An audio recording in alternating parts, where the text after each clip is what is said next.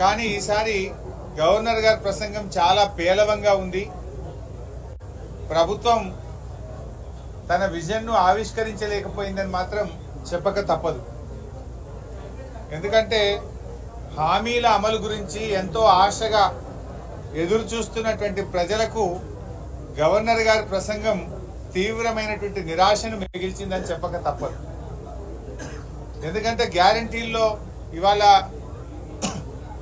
వృద్ధులకు వితంతువులకు 2000కు బదులు 4000 పెన్షన్ ఇస్తామన్నారు.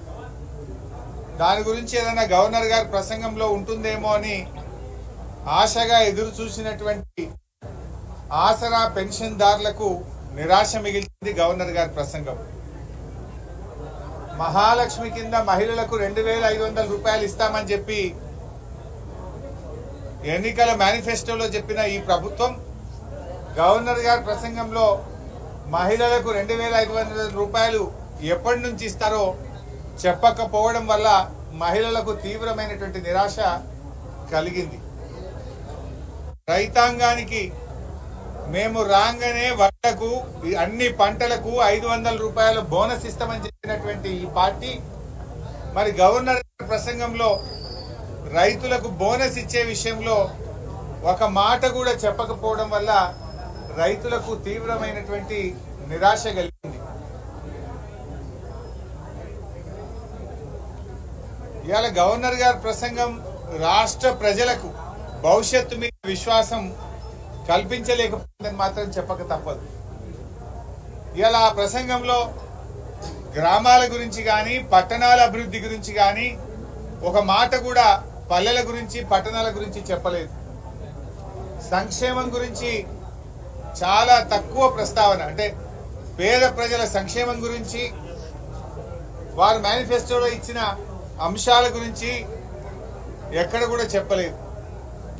నిరుద్యోగ భృతి, నిరుద్యోగులకు 4000 ఇచ్చే అంశం గురించి ఎక్కడ కూడా ప్రస్తావన వచ్చినటువంటి పరిస్థితి లేదు. వారి ప్రసంగంలో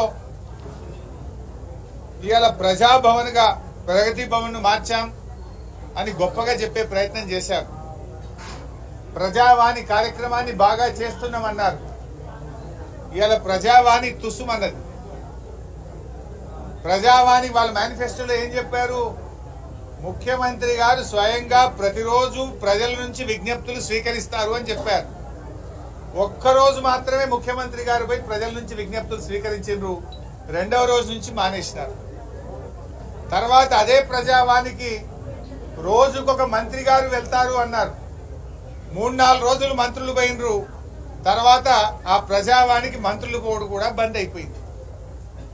తర్వాత ఆ ప్రజావాణిని రోజు కాదు వారంకు 2 రోజులే అన్నారు, మంగళవారం శుక్రవారం. దానికి ఒక IAS అధికారిని పెడుతున్నామన్నారు. చివరికి ప్రతిరోజు పోయి 2 రోజులైంది. ముఖ్యమంత్రి గారు పోయినరు, మంత్రులు పోవడం బంద్ అయిపోయింది. చివరికి IAS అధికారి కూడా పోతలేరు. ప్రజావాణిలో ఎవరున్నారయ్యా అంటే అవుట్ సోర్సింగ్ ఉద్యోగులు దరఖాస్తులు తీసుకుంటున్నారు. ఇది మీరు గొప్పగా చెప్పిన ప్రజావాణి యొక్క పరిస్థితి. గతంలో మా ప్రభుత్వం ఉన్నప్పుడు జిల్లా కలెక్టర్, జిల్లా అధికారులందరూ కూడా కలెక్టరేట్ లో కూర్చొని ప్రజావాణి దరఖాస్తులు తీసుకొని ఎప్పటికప్పుడు పరిష్కరించే పద్ధతి ఉండేది. కానీ మీ ప్రజావాణి ఏడికొచ్చిందంటే అవుట్ సోర్సింగ్ ఉద్యోగులు దరఖాస్తు తీసుకునే కాడికి వచ్చింది. మీరు చెప్పిన ప్రజావాణి గొప్పతనం అక్కడ ఉన్నది. ఇవాళ గవర్నర్ గారి గురించి అర్ధ సత్యాలు చెప్పించేటువంటి ప్రయత్నం చేశారు మీరు. అదేవిధంగా పారాగ్రాఫ్ 5లో గవర్నర్ గారి ప్రసంగంలో 6 గ్యారంటీల్లో 2 గ్యారంటీలు ఇప్పటికే అమలు చేశాము అనే ఒక అర్ధ సత్యాన్ని చెప్పారు. 6 గ్యారంటీల్లో ఉన్నాయి 13. అందులో ఏం చెప్పారు గవర్నర్ గారి చేత? 2 గ్యారంటీలు అమలు చేశాము. ఒకటి మహిళలకు ఉచిత బస్సు ప్రయాణం అని చెప్పారు. ఇది మహాలక్ష్మి కింద 3 మాత్రమే మహిళలకు ఉచిత బస్సు ప్రయాణం.